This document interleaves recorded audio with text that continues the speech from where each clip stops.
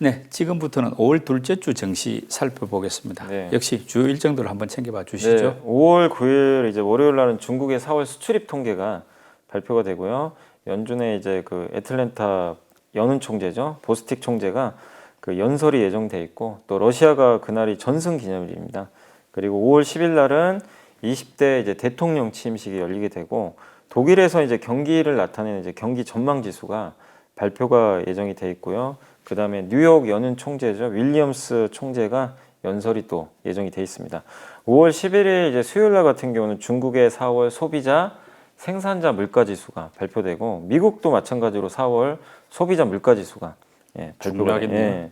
그리고 라가르드 이제 유럽의 그 ECB 총재가 연설이 예정이 돼 있고 그리고 5월 12일 이제 목요일 같은 경우는 오펙 원유 시장 보고서 이제 에너지에 대한 이제 전망 보고서가 나오게 되고요. 또 그 우리나라 같은 경우는 한국의 그 옵션 만기일이 네. 그날 이제 예정이 돼 있고 그리고 MSCI 지수에서 이제 반기 리뷰를 합니다 그날. 그래서 이제 편입되는 기업과 이제 편출되는 기업이 발표가 될 예정이고 또 미국이 아세안 국가들하고 또 특별 정상회담을 하는데 이게 13일까지 네. 양일간에 거쳐서 열리게 되니까 참고하시고요. 마지막 이제 5월 13일 이제 금요일 같은 경우는 미국의 5월 소비자 기대 지수가 발표되니까 참고하시면 되겠습니다. 이번 주 증시 일정도 많은데 이 중에서도 좀 특히 주목해 봐야 되겠다는 변수들 어떤 것들일까요? 뭐 이번 주는 무조건 11일이죠. 그날 이제 소비자 물가 지수랑 생산자 물가 지수. 중국은 생산자 물가 지수가 더 중요하고 이게 미국 소비자 물가 지수 연동이 되니까. 연동되니까. 그리고 미국은 4월 소비자 물가 지수. 왜냐하면 이게 피크아웃 조짐이 좀 나와줘야 돼요. 그래야 이제 시장이 안도를 하고 지금 이제 불안감이 해소될 텐데 이게 뭐 얼마까지 또 나올지는 좀 모르겠지만 어쨌든 이제 4월 소비자 물가 지수가 좀 꺾이는 모습이 나와야 되고 그리고 여기서 중요한 건 코어 물가 지수라고 네. 에너지하고 음식료 가격을 제외한 지수, 근원 물가 지수. 근원 물가 지수. 이게 지난 3월에 그 3월 데이터는 좀 약간 꺾이는 조짐 보였거든요. 근데 이번 4월 데이터에도 그게 한 번 더 확인이 되면 시장은 또 굉장히 급등할 수도 있어요. 연준도 뭐 금리 인상을 뭐 세게 굳이 0.75 할 필요가 없는 거죠. 그러니까요. 만약에 이게 나오지만. 근데 이게 예상치를 또 상회하면 이제 0.75가 더 기정사실화 돼버리겠죠. 그리고 한국으로 봤을 때는 이제 10일 날 역시 이제 윤석열 당선인이 취임을 하니까 국정과제도 얼마 전에 발표가 된 것처럼 이제 기대감이 좀 녹아들겠죠. 정책 기대감이 정책 기대감들 한번 체크하시면 좋겠고 그 다음에 저는 좀 개인적으로 좀 러시아가 제발 좀 전쟁을 안 했으면 좋겠는데 5월 9일 그 얘기들이 좀 다른 게 미국에서는 전승 기념일날 전면전 선포하겠다 이 얘기도 좀 나오는데 또 교황은 또 그런 얘기를 했다면서요. 전승 기념일에 그 전쟁을 이제 휴전하겠다 뭐 아니면 이제 전쟁 안 하겠다. 이게 서로 얘기들이 달라서 그래서 러시아 전승 기념일에 뭔가 얘기는 나올 거는 같아요. 그래서 이게 또 중요하잖아요. 사실 지정학적 리스크라는 게 네. 에너지 가격. 그래서 5월 9일 날도 어쨌든 좀 긴장을 하면서 좀 어떤 러시아에서 무슨 얘기를 하는지 좀 살펴봐야 될 것 같습니다. 그리고 3, 4월 두 달 연속으로 무역 수지 적자가 이제 나왔지 않습니까? 그렇다 말은 우리가 이제 에너지 가격, 뭐 원유가나 뭐 천연가스 같은 에너지 가격이 안정이 되지 않는 한 계속 고물가 나오고 그에 따라서 뭐 무역 수지 나오고 네. 경기 둔화까지 되는 이런 어떤 안 좋은 뭐 악순환이 좀 지속된다고 봐야 될까요?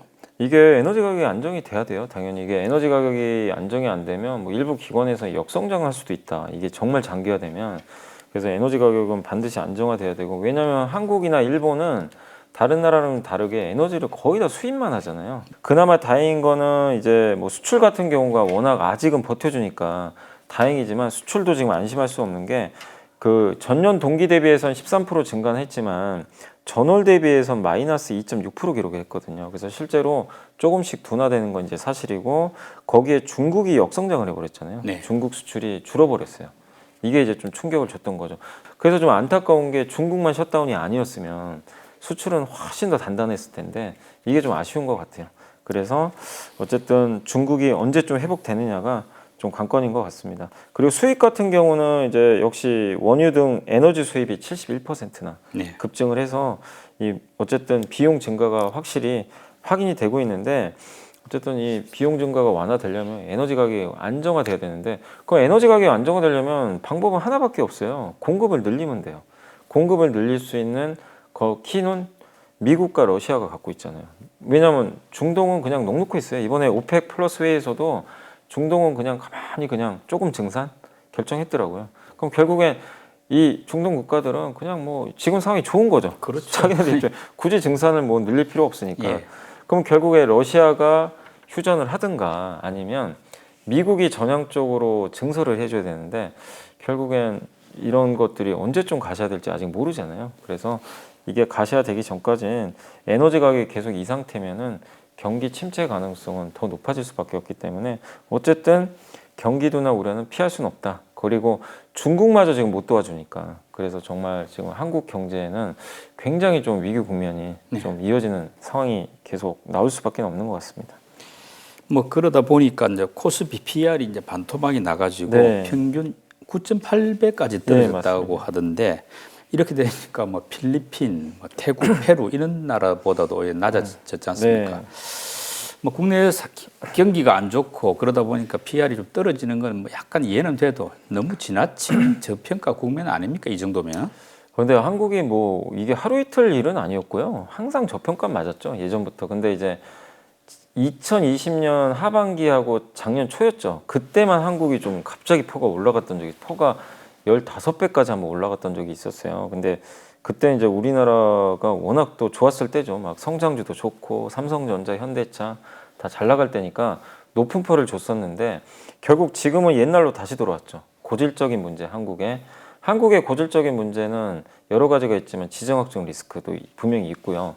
거기에 한국은 너무 수출에 민감한 국가잖아요. 그래서 지금 우리나라 같은 경우는 거시경제에 너무 민감하다 보니까 지금 거시경제 상황이 안 좋잖아요. 사실 누가 봐도. 그러니까 헤지펀드들이 그러니까 뭐 미국을 비롯한 영국 아니면 주로 뭐 룩셈부르크 쪽에 있는 헤지펀드들이 그냥 한국 시장에 대해서 계속 매도하는 거죠. 이거 경기 안 좋은데 한국은 당연히 안 좋을 수밖에 없다. 이 논리로 계속해서 ETF나 뭐 패시브 펀드 같은 데서 계속 비중을 줄여 나가는 거죠. 그래서 그런 수급적인 악재까지 맞물려 가지고 퍼가 계속 낮아지는 그런 악순환이 좀 반복이 되는 것 같습니다. 근데 이제 좀 안타까웠던 건 뭐냐면 우리나라 기업들 이익은 또 좋잖아요. 예. 이익은 좋으니까 퍼는 더 낮아져요. 그러니까요. 그죠? 예, 이익은 좋은데 주가는 자꾸 빠지니까.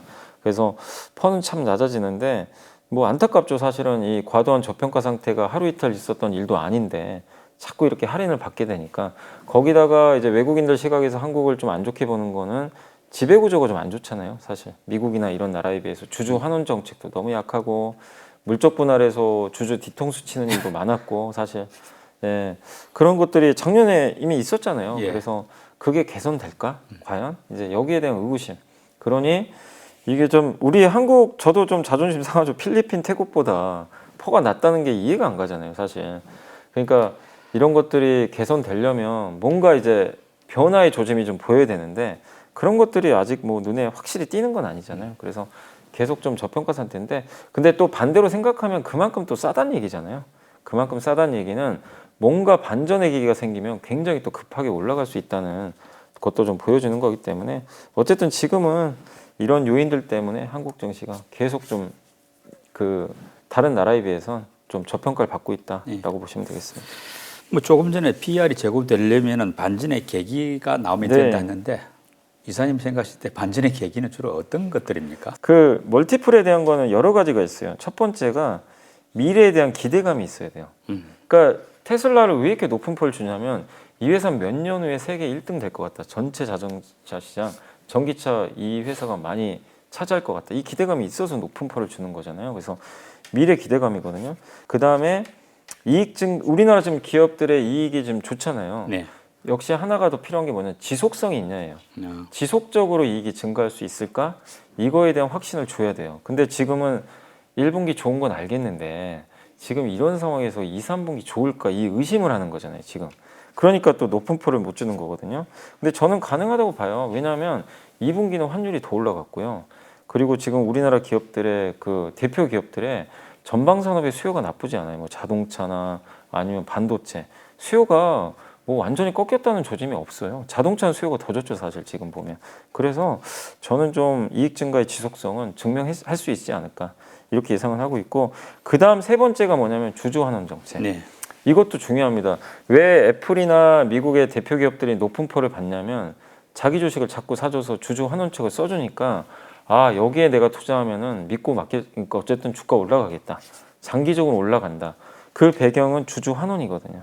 근데 한국은 그게 없잖아요. 예. 그래서 이게 좀 확실히 좀 가시화돼야 되는데 한국도 근데 좀 저는 내심 기대는 하고 있는 게 어쨌든 지금 이제 새롭게 대통령 되시는 분들도 약속을 분명히 했고 또 민주당의 한 의원도 이 법안을 또 발의한 것도 있거든요. 이제 주주 환원에 대해서.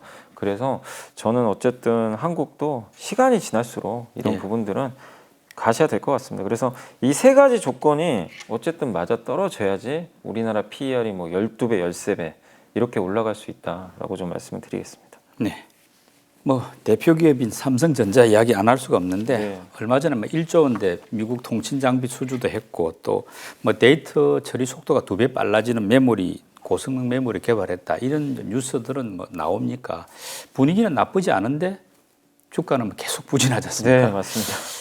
그러다 보니까 이제 뭐 약간 포기 비슷한 생각들까지 하는데 뭐 당분간 이런 약세 국면 그냥 지속된다고 보고 가야 될지 약간의 기대도 해볼 만할지 뭐 어떨까요? 근데 보면 이제 여기서 더 밀리지는 않는 것 같아요. 그 지지난주죠. 2주 전에 금요일 날 그때 한번 주가가 한번 확 올라간 적이 있었잖아요. 예.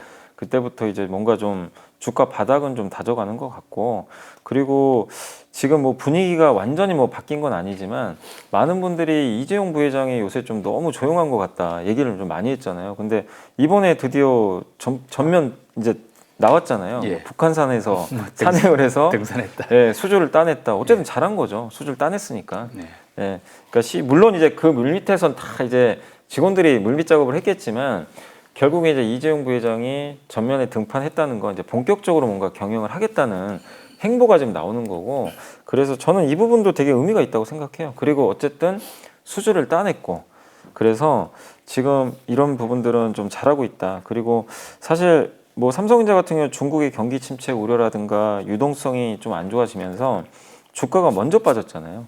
그래서 지금 PER이 9배 정도까지 떨어졌거든요. 그래서 절대 저평가는 맞습니다. 그래서 외국인 매도 규모도 예전보다 많이 준 것도 사실이고 간간히 매수가 좀 들어와요.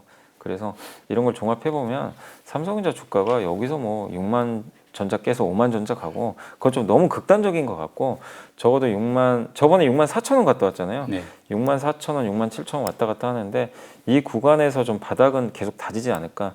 그리고 삼성전자에 대해서 펀더멘탈은 너무 걱정은 안 하셨으면 좋겠어요. 왜냐면 이제 많은 분들이 삼성전자가 지금 위기 아니냐. 예. 많이들 진짜 걱정들 하시잖아요. 근데 뭐 위기일 수도 있지만 제가 왜 이렇게 좀 약간 낙관적으로 말씀드리냐면 이제 저는 데이터를 보고 말씀드리는 거니까 실제 삼성이 주력으로 하고 있는 반도체만 봐도 지금 PC나 모바일의 수요가 둔화되는 건 맞아요. 근데 이 제일 중요한 게 고가폰이나 고사양 PC거든요. 그다음에 고사양 서버. 네. 이 세 개는 오히려 수요가 계속 늘어나요. 이건 삼성이 얘기한 게 아니라 미국 회사들도 다 언급을 한 겁니다. 데이터가 이미 나와 있으니까 이쪽은 전혀 꺾이질 않아요. 계속해서 성장을 해주고 있고 그다음에 이제 많은 분들이 우려했던 게 삼성의 갤럭시. 네. 그 이슈가 한번 있었잖아요. 그래서 예. 안 팔릴 줄 알았는데 1분기에 삼성이 1등했어요. 예. 그리고 북미에서도 스마트폰 점유율이 오히려 올라갔어요. 애플은 떨어지고 물론 삼성이 스마트폰 신제품을 냈기 때문이긴 하지만 삼성을 많은 분들이 걱정하잖아요. 이제 스마트폰도 안 팔린다. 근데 애플은 점유율이 떨어졌는데 삼성은 북미에서 올라갔거든요. 걱정과 좀 반대로 삼성의 제품들은 아직까지는 잘 팔리고 있다. 그래서 결국에 이런 불확실성만 좀 제거된다면 펀더멘탈은 단단하니까 주가는 빠르게 회복될 수 있다. 그래서 조금 시간을 갖고 좀 기다려 봐야 될 것 같습니다. 뭐 자동차 같은 경우는 이제 1분기 실적들은 좋았지 않습니까? 그래서 주가도 조금 회복을 했었는데 문제는 2분기에 어느 정도 실적이 나올 것인가 요 점인데 현재 전망은 어떻게 나옵니까? 일단 2분기도 나쁘지 않을 걸로 보는 게 왜냐하면 지금 2분기는 자동차 생산이 1분기보다는 조금씩 나아지고 있어요. 실제로 이제 반도체 공급이 조금 늘어나고 있기 때문에 이 부분도 좀 좋을 것 같고 또 거기다가 지금 환율 효과가 더 좋아지는 거죠. 원달러 환율이 더 올라갔기 때문에 네. 그래서 물론 약간 이제 그런 부분이 있어요. 이제 중국에 와이어링 하네스 공장이 많은데 이게 전선 뭉치잖아요. 이게 없으면 또 차를 못 만드는데 중국이 또 지금 요새 셧다운 당하니까 자꾸. 그래서 여기에 대한 좀 약간의 영향은 있겠지만 그래도 지금 중국도 조금씩 조업 재개하고 있고 거기다 반도체 공급은 조금씩이나마 지금 살아나고 있기 때문에 영향은 좀 제한적이지 않을까 이렇게 좀 보고 있고, 거기다가 1분기 실적이 좋았던 게 SUV 모델이 잘 팔렸어요. 근데 2분기도 역시 그쪽으로 집중을 하는 분위기이기 때문에 좋은 것 같습니다. 그리고 이번에 미국 시장 데이터가 하나 나온 게 있는데, 미국에서 지금 현대차, 기아가 합산해 가지고 시장 점유율이 10% 나왔는데 좀 고무적인 게 그 혼다를 이겼어요. 그러니까 옛날에 항상 현대차 그룹이 혼다 밑에 있었거든요. 예. 근데 지금 바뀌어 버렸어요. 전기차 시대잖아요. 전기차 점유율이 미국에서 테슬라 다음이에요. 지금 현대차가, 현대 기아가 2등입니다. 다른 완성차 업체들이 물론 아직 많이 생산은 못하지만 일단 선점을 하고 있어요. 그리고 특히 기아의 EV6가 굉장히 잘 팔린다고 하더라고요. 그래서 이걸 선점을 했는데 내년에 아이오닉 7하고 EV9이 미국에서 또 생산된다는 얘기가 좀 일부 있더라고요. 그래서 지금 아직 도요타나 혼다 같은 경우는 전기차 안 하잖아요. 적극적으로. 근데 2년 정도의 공백이 남아 있는데 거기서 현대차가 지금 월등히 앞서가고 있어서 한번 해볼 만하다라는 그런 분위기가 감지되고 있는 것 같습니다. 네, 이번 주에 새 정부가 출범을 하는데요. 지금 시장은 썩 좋지 못합니다만은 정책 수혜주 비롯해가지고 조금 그나마 주목해 볼 만한 업종이 있다면 어떤 쪽일까요? 이번에 국정과제에서도 명확히 나왔죠. 아, 문재인 정부와 윤석열 정부는 이제 완전히 다른 게 하나가 있죠. 탈원전, 친원전이죠. 네. 그래서 친원전을 선언을 해버렸어요, 실제로. 그래서 지난 5년간의 탈원전 시대가 끝나고 친원전으로 가니까 당연히 원전에 대한 투자가 많이 이루어지겠죠. 그래서 그 기대감이 좀 나왔던 것 같고, 특히 원전을 탄소 중립의 수단으로 적극적으로 활용을 하겠다. 친환경으로 그냥 인정을 하는 발언을 해버렸어요. 그래서 이 부분도 원전주에 긍정적이고, 또 한국에서만 하겠다는 게 아니라 2030년까지 원전을 10기 수출하겠다. 적극적으로 수주까지 하겠다는 거예요. 그러니까 해외에서 뭐 체코도 있고 여러 가지 나라들이 원전 프로젝트를 발표했는데 다 웬만하면 참여하겠다는 거죠. 그러면 원자력 발전소들한테 되게 좀 긍정적일 수밖에 없죠. 거기서 또 중점적으로 얘기가 나왔던 게 반도체하고 모빌리티하고 바이오예요. 그래서 새 정부가 이제 안보 확보를 위해서 반도체를 전략 사업으로 육성하겠다는 게 좀 일부 있었던 것 같더라고요. 그래서 특히 반도체 설비 투자하면 인센티브 제공하겠다. 또 언급도 했었고, 인허가도 신속하게 처리를 해주겠다.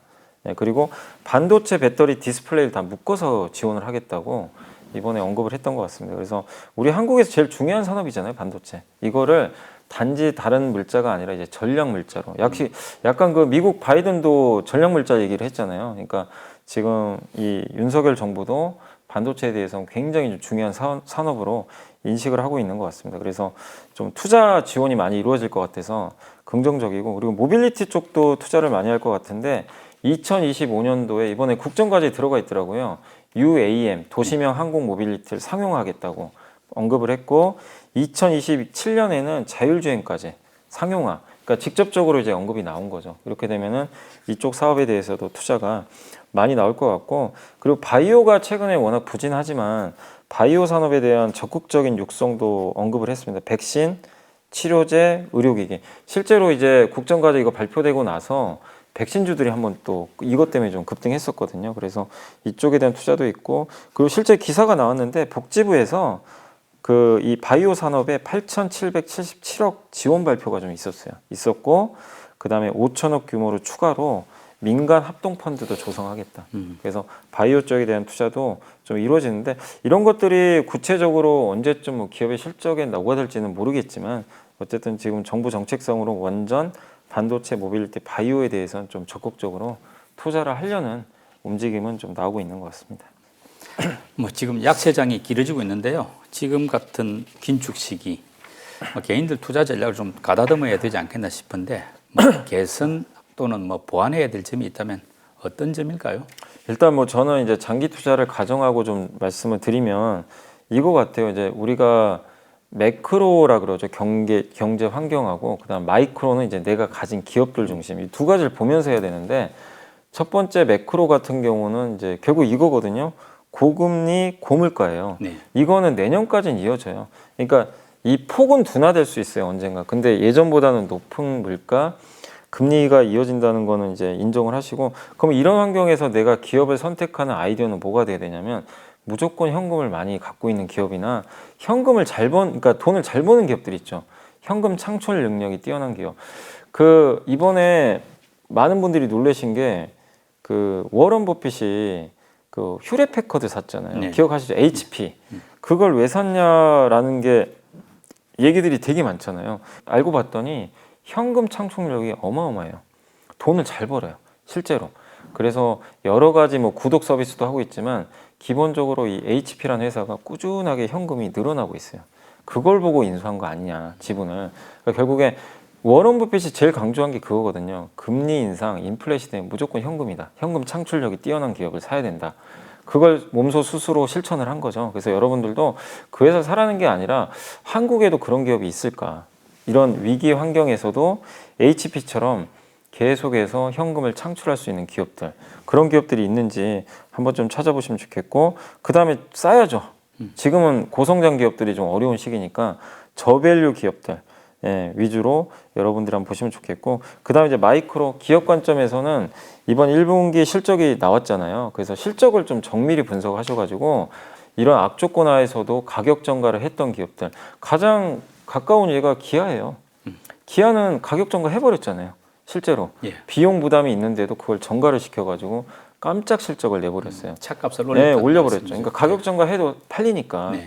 그러니까 기아나 아니면 항상 이제 많이들 떠올리시는 게 코카콜라 같은 기업들, 가격 전가를 할 수 있는 그런 기업들. 삼성전자도 저는 괜찮게 보는 게 반도체 가격도 인플레에 올라가거든요. 같이 올라가는 데다가 삼성의 갤럭시 그 제일 비싼 모델 있잖아요. 그게 제일 잘 팔렸어요. 그 이번에 S22 중에 네. 울트라 모델 있잖아요. 네. 그게 제일 많이 팔렸다고 하더라고요. 아. 근데 물론 이제 한 번 더 검증은 해야죠. 이제 폴더블 폰 나오니까 네. 그것마저 더 잘 팔리면 삼성은 가격 전가가 또 가능한 기업이잖아요. 그래서 인플레 고금리에 취약한 기업이냐, 아니면 기아나 삼성처럼 이걸 극복할 수 있는 기업이냐, 이걸 구분을 좀 하셔가지고 선택과 집중을 좀 해야 되는 그런 좀 시기인 것 같습니다. 듣고 보니까 쉽지가 않는데 쉽지는 않아요, 진짜. 그 분석을 잘해야 되지 않습니까? 재무제표도 봐야 네, 되고. 굉장히 좀 까다로운 게, 근데 어쩔 수 없어요. 환경이 2020년엔 누구나 아무거나 그냥 찍어서도 다 올라갔잖아요. 예. 근데 지금은 반대가 됐잖아요. 180도. 그렇기 때문에 현금 창출력 뛰어나고, 그러니까 한마디로 뭐냐면 그냥 숫자로 증명하는 기업을 사야 된다. 이게 좀 어려운 점인 것 같아요, 지금. 그럼 영업 활동 현금 흐름이 좋은 기업을 일단 맞습니다. 예. 거기서 이제 어떻게 계산하면 되냐면 그 잉여 현금 흐름이라고 그래요. 예. 영업 활동 현금 흐름에서 그 캐펙스 설비 투자 있죠. 예. 그 두 개, 그걸 뺀 거예요. 예. 뺀 게 이제 잉여 현금 흐름이라고 그러죠. 요거는 다 네이버 같은데 검색하면 다 나와요, 사실은. 그래서 그런 게 꾸준히 유지되는 기업이 네. 있고, 그게 자꾸 마이너스 나는 기업도 있어요. 그거를 좀 잘 구분해서 투자하는 것도 하나의 방법인 것 같습니다. 예, 잉여 현금 흐름이 좋은 기업을 주목하자. 네, 그거를 좀 말씀드리겠습니다. 네. 그럼 마지막으로 초보 투자자들을 위한 팁 제공, 연불리의 보고서 듣는 차례가 됐습니다. 오늘 어떤 내용 준비해 오셨습니까? 삼성증권의 이제 리서치센터 연구원분들이 다 골고루 쓰셨어요. 그래서 제목이 뭐냐면 넓고 깊게 파는 굴뚝산업. 네. 예, 그거고, 지금 팬데믹 시대에 굴뚝산업이 지금 시장을 주도하고 있는데, 이게 주도하는 이유가 뭐냐면 결국엔 그것 때문이라고 하더라고요. 공급 때문에. 공급이 줄어버려가지고. 지난 10년간, 그러니까 기억하실지 모르겠는데 2007년까지 굴뚝주 시대였어요. 예. 중국 때문에. 그러다가 2010년 이후로 시장이 빅테크 시대로 바뀌어버렸죠. 성장주 가고 굴뚝주는 10년간 네. 너무 힘들었죠, 사실은. 근데 그러면서 무슨 일이 발생했냐면 투자를 안 한 거예요. 이게 수요가 안 나오니까 투자를 줄였죠, 공급. 근데 거기서 또 문제가 하나가 더 터진 게 코로나까지 터져버리니까 더 투자를 못했던 거죠. 그래서 최대로 돈을 벌었던 회사가 바로 HMM이잖아요. 예. 공급이 줄은 상태에서 갑자기 수요가 폭발을 해버리니까 어마어마한 돈을 벌어버렸죠. 해운 수요가 예. 늘었죠. 그 사실 해운도 굴뚝주잖아요. 예. 그래서 수요가 좋아서 가는 산업은 오래 가기가 힘들 수도 있대요. 예측이 어려우니까. 근데 공급이 구조적으로 줄어드는 산업은 오래 갈 수밖에 없대요. 왜냐하면 그리고 이런 굴뚝 산업은 투자하면 보통 2년 이상 걸리거든요. 이거를 증설을 하는데 걸리는 시간이 장비가 많이 들어가야 네, 되고 엄청나게 오래 걸리니까. 조선만 하더라도 뭐 야드 만들고 아니면 배 하나 만드는데 2년 걸리잖아요. 네. 굉장히 어렵고, 해운사들도 마찬가지죠. 배 하나 주문해서 오는데 2년 걸리니까. 그래서 공급을 늘리긴 너무나 어려운 구조이기 때문에 이 굴뚝 산업이 지금 좋은 게 그러니까 여기 삼성증권 의견은 뭐냐면 이게 일회성이 아닌 것 같다. 아, 오래 갈 것 같다. 되게. 그리고 이 기업들 같은 경우는 주로 원자재 가격이 또 올라갈 때 수혜를 좀 많이 받잖아요. 산업 자체가.